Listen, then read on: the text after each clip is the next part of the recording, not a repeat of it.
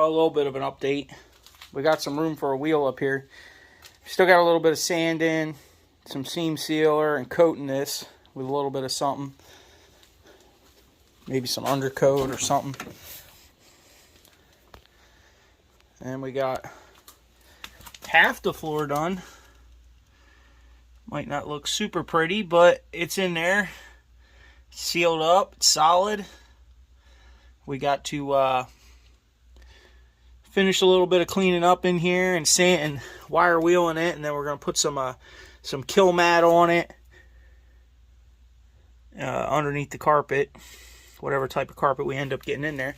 We still got to do the passenger side. I haven't even touched that yet, and the top of the hump, but we'll get to that one of these days.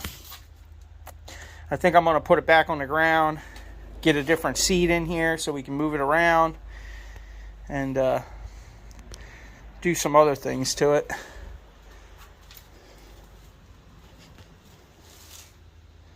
We put a door pin in it. We got that situated, so it actually shuts decent now. We also got all these wires ran through. We got all these wires ran. Still need to silicone this boot from the inside, but we got all that tucked up under here. We still need to do a little bit of work on these.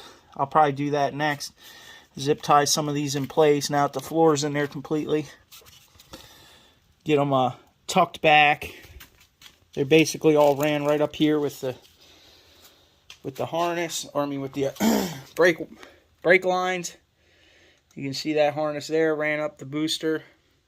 We might put some heat stuff on that harness there that we got taped up there, just because it's so close to the manifold. But we're getting to the point where the control arm's hitting the drive shaft, or the steering shaft, when it's jacked all the way up. So we're pretty much maxed out without having to cut anything else to fit 18, 19 inch wheel with a low pro tire. So in order to put 20s on it, I'm sure the notch, I'm pretty sure this will be big enough for a 20, but you need to do some work in here with the control arms, or put tubular arms on it, which I'm not going that route. I'm just going to leave it the way it is right now. Maybe put some new ball joints in it when it needs it, but that's about it. Like I said, we're setting it up for an 18 on a 40, maybe a 35, 215, 40, 18, comes out to about almost 25 inches overall diameter, so we're looking at like 12 and a half. So we're going to get the fender, cut the inside of the fender out, clean that up a little bit, put the fender back on. We swapped these blue lights out for some LED ones that we had here kicking around. But we'll get the fender put back on, get it to the point where I can put a hood on it, and maybe do an air cleaner and get the hood on here. That way that's good. And then we definitely got to start on the other side over there once we get it moved out of here. We'll have to move it out and move it over, or back it in. I might just back it in to keep the door on this side. And then we got to work on that floorboard over there, and that firewall notch, the blower motor, and relocating the battery. That's all got to be done over on that side. That's going to be another whole fiasco. This side's pretty much done besides coating it, which I might shoot some stuff on it temporarily right now, just some primer or something, just to keep it from flash rusting more than it is. Alright, we'll get back to work here eventually, doing something. Then maybe we'll drag it out and we'll pressure wash it, make her look all shiny. Probably could even spray in here. Well, I cleaned up the inside of the fender. I wish I had a little bit more material to work with. It was pretty hacked up front there, but it is what it is.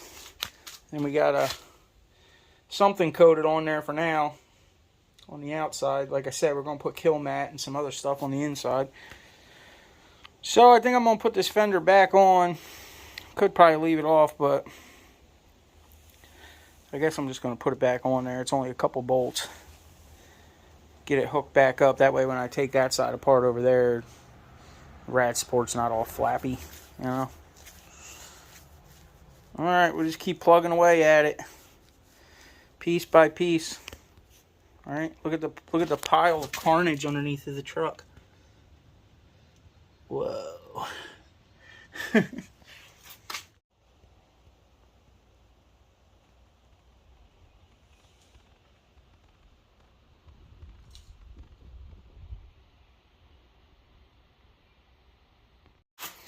Well, time to clean up half the mess. Get this stuff swept up and get the thing backed in here and start on the other side.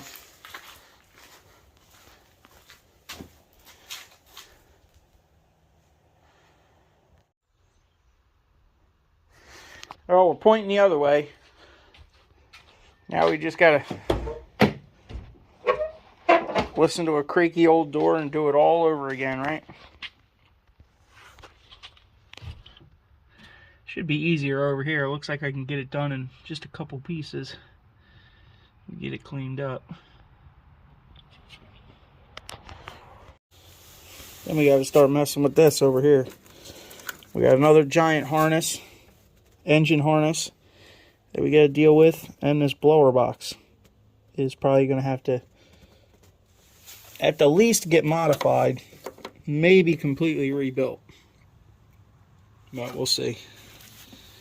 See how that goes. And we gotta find a home for that guy, which I think he's gonna live right down in here like a Chrysler. Maybe. Then you could still pop the hood and get to the terminals way down there, you know, without this battery tray in the way. That's the plan. It's either that or put it behind the seat, and I don't know if I want to deal with all that right this minute. I'd rather just put it down here, and then, you know, I can always move it from there later if it becomes an issue.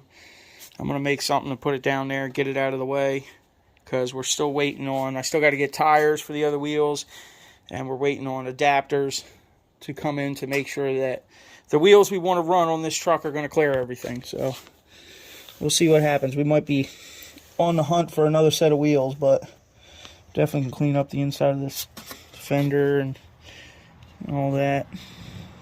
Just shock mount ripped off of there. Take this valve cover off, see what's tapping. Maybe it's a bent push rod or something. I don't know. I'd like to run it for a while, drive it down the road, get it running, shifting, you know. I took those brakes apart over there and greased everything up. They seem like they're alright. The caliper was loose, so when we get digging into this one, we'll pop this caliper off and see how he's doing. Worst case scenario, we got one on the other truck, but if I can get a little bit of life out of these ones, we might as well burn up these rusty rotors, huh? See what happens.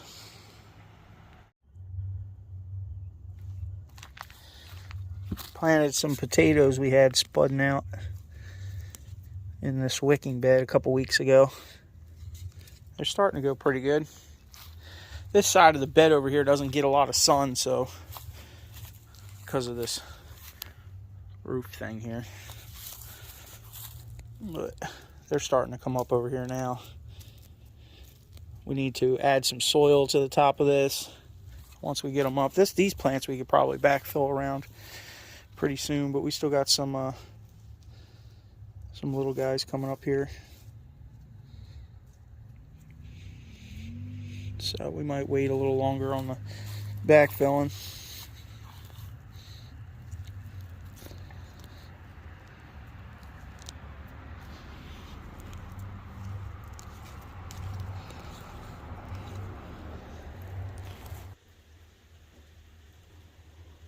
Hey, guess what? It's raining again. May showers bring June flowers, I think. Alright, well, we got this fender ripped off. Looking at what they did over here, they just ran a pipe up to the stock battery tray from this support bracket for the bumper. These aren't even in the... They can't go in the stock location because of the body drop, really, without bending everything out of whack, so they just welded them on there. I might actually delete them. I don't think we really need them too much unless we hit something, right? At that point, I don't think it's going to matter because we're going to be like way below everybody's bumper. So all this up here is taking it. All right. Anyway, pretty sure that besides the antenna here, there's enough slack in this harness here to, might have to take it off the engine there and run it back a little bit, because this loops back a little bit too here, that we can put it up above the blower motor here. Hopefully it'll come around, go through this little notch and above it once we get a little bit more slack. Get it re-ran. We might move this maybe to up here to this boss here, see if we can fix this bracket. I have a couple of these kicking around. This one got cut, probably from the tire, truthfully, turning or something down low. But that's the plan. I'm going to tuck it up over here, and then we'll have to tackle the bottom down here and see if there's enough clearance for an 18 without having to hack this box up. And then we'll deal with that later. I'm still on the fence. I guess we're going down there because it just seems the easiest thing to do and make it work and be pretty clean. Tuck it up in there. Hopefully the height of the battery, we might, I don't know. We'll see what happens. We might have to find another home for it. We need one of those Optimas, the little skinny ones, like a Honda battery. I managed to go walk around the market for an hour this morning, found a full case of paint for $20 and a bag for $5. They're probably pretty old, but I'm sure they'll cycle through the old Patriot to keep the garden secure this spring. But probably the best thing I found there was these. I was digging around in a Milwaukee bin, and the guy had, I think they were 3 for $20, and I got 4 of them for $23.